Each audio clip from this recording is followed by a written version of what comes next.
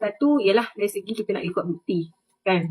Kepentingannya nak ikut bukti. Yang kedua dari segi psikologinya, kita nak bypass ketakutan. Semua ketakutan kepada sistem ni, kepada pihak berkuasa, takut ni, kan? Jadi kita dah draft report tu memang khusus yang untuk rakyat bangkit dalam masa yang sama tak jadi perlindungan kepada diri. Dia jadi bukti, rekodkan bukti. Bukan main buat report saja, kan? Report yang ada asas yang boleh jadi defend diri. Yang ada asas undang-undang, bukti, circumstantial evidence berkenaan hujahan berkenaan jenayah terancang bioterrorism tu tak terputus. Jadi kita tak membencanakan diri kita. Report polis step 1, record step 1, step 2, step 3, step 4 sampai sekarang ni step 6 dengan 7.